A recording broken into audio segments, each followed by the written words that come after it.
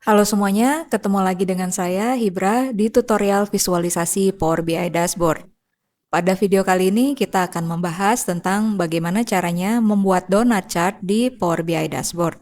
Secara konseptual, donut chart itu hampir mirip dengan pie chart. Dia menunjukkan bagaimana komposisi dari satu nilai itu terbentuk berdasarkan persentase.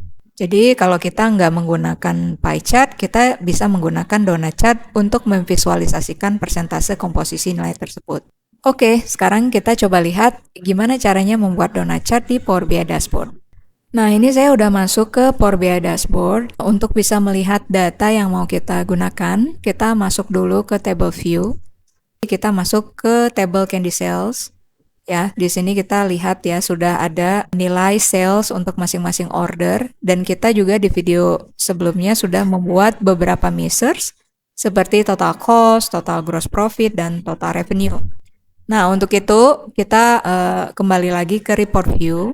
Untuk bisa membuat donut chart, kita klik aja di bagian visualization, kita klik donut chart di bagian ini. Nah, dia akan menampilkan satu chart kosong seperti ini.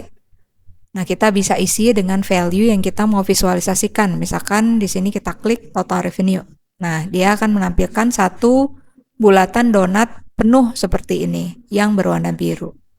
Nah, kemudian di sini kita bisa mengisikan komposisi pembentuk donat ini. Jadi, misalkan kita mau menunjukkan total revenue berdasarkan product name. Jadi, kita bisa klik di sini product name. Nah, seperti ini. Baik, untuk kustomisasi yang pertama, kita mau ubah dulu judul yang ada di donut chart ini.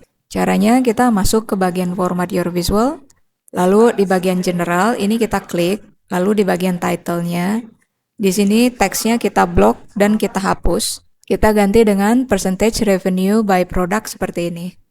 Lalu untuk fontnya sendiri kita bisa ganti menjadi Cambria. Untuk text color-nya kita bisa ganti jadi warna biru tua. Lalu untuk tipe hurufnya kita bisa ganti menjadi bold seperti ini. Background color-nya kita bisa ganti menjadi warna abu seperti ini. Dan kita bisa posisikan di tengah seperti ini. Nah, sekarang kita mau customisasi detail label dari donut chart ini. Jadi untuk yang pertama kita klik dulu di bagian detail label.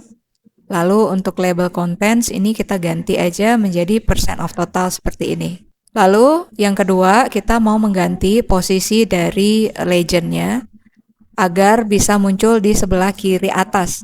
Caranya di bagian legend ini kita klik. Lalu untuk positionnya ini kita ganti menjadi top left stack. Nah, maka dia akan muncul seperti ini. Kemudian untuk chartnya sendiri kita bisa geser agak lebih besar seperti ini. Nah, sehingga dia memiliki space yang cukup untuk menampilkan nilai dan visualisasi dari donut chart ini. Lalu berikutnya kita mau mengganti warna dari slice yang ada di donut chart ini. Caranya kita kembali lagi ke format your visual. Lalu di bagian visual ini kita klik slice. Kemudian untuk color-nya ini kita bisa ganti. Nah, di bagian triple dazzle caramel, ini kita mau ganti menjadi warna biru tua. Berikutnya menjadi warna yang lebih muda. Berikutnya lagi warnanya agak lebih muda, biru agak lebih muda, seperti ini. Lalu berikutnya seperti ini.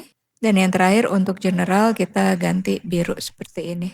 Nah, sehingga kita memiliki satu tone warna untuk donut chart ini. Lalu jika kita ingin meng-highlight satu nilai tertentu, di mana misalkan nilai itu adalah nilai yang paling penting untuk kita evaluasi. Misalkan saya mau mengganti warna untuk Fudge Melo. Nah, di sini saya bisa klik warnanya jadi warna hitam kayak gini. Nah, ini bisa menunjukkan bahwa untuk satu produk Fudge Melo ini nilainya merupakan nilai yang perlu untuk diperhatikan lebih lanjut.